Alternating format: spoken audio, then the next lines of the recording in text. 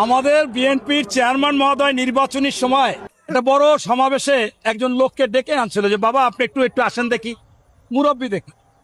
নামাজ পড়েন এই কথা তো বলা যায় না। বলছে যে বাবা আপনি কি হজে গিয়েছিলেন? বলছে জি, আমি 2 বার হজ করেছি। তো বাবা বলেন একটু, জাহান্নাম আর জান্নাতের মালিক কে? তা বলছে আল্লাহ। বলছে কোনো ব্যক্তি দিতে পারবে? বলছে না।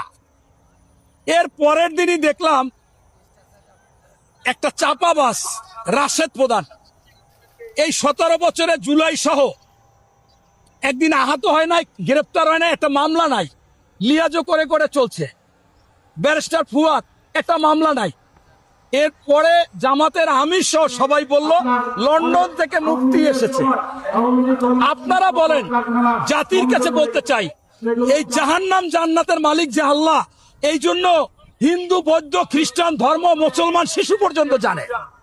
এখানে তো এটা কিছু লাগে না। আচ্ছা বাবা ধরেই নিলাম মুফতি লাগবে, তাহলে মুফতি যা বলবে সেটা মানবা। যদি না মানো তুমি অমানুষ, তোমার মুখের কথা ঠিক নাই, তোমার মুখ আর পাছা এক।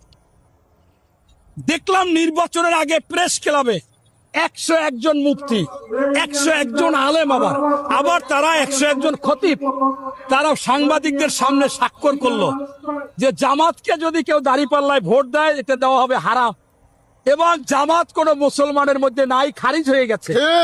এবং এই জামাত আপনার ইসলামিক কোন দল না, এরা ইসলামের শত্রু। এরা যারা সৃষ্টি করেছে মওদুদ, এই মওদুদি লাঠি নিয়ে বলতো যে এই মোহাম্মদ কে রে, মোহাম্মদের এই লাঠির পরিমাণ ক্ষমতা নাই। অথচ আমরা যারা মুসলমান তারা কিন্তু হযরত মুহাম্মদ সাল্লাল্লাহু আলাইহি সাল্লাম বলি।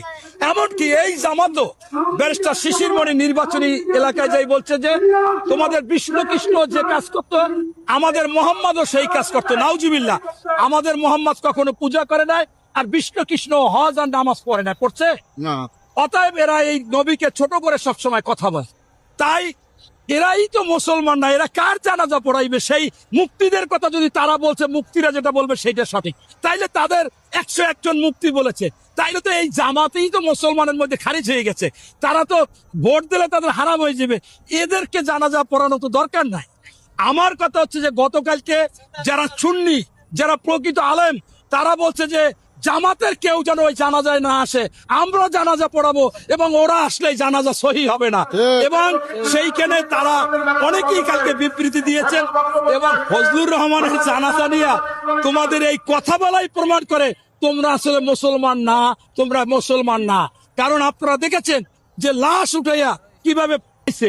আপনার হচ্ছে যে একেবারে বিদায় হজে হযরত মুহাম্মদ সাল্লাল্লাহু আলাইহি ওয়াসাল্লাম স্পষ্টভাবে বলেছে কোন ধর্ম নিয়ে বাড়াবাড়ি করবে না, কোন জাতিগতভাবে কারো স্বাধীনতা নিয়ে কোনো করবে না, এটা স্পষ্টভাবে জানিয়ে দিয়েছে।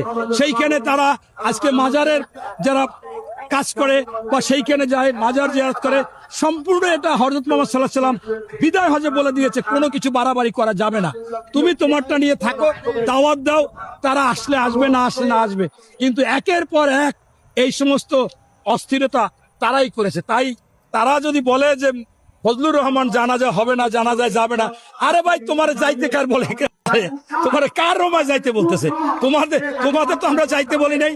তোমরা তো মুনাফিক, এবং তোমরা তো ওই মুফতিদের কথায় তো তোমরা মুসলমান থেকে খারিজ দিয়েছো। অমুসলিমদের জানাজায় এই জানাজায় আসা লাগবে না। ফজলুর রহমানের জানাজায় কোনো অমুসলিম বা যারা মুসলমান থেকে খারিজ হয়ে গেছে, যারা কাফের হয়ে গেছে, এদেরকে আমরা চাই না। ধন্যবাদ।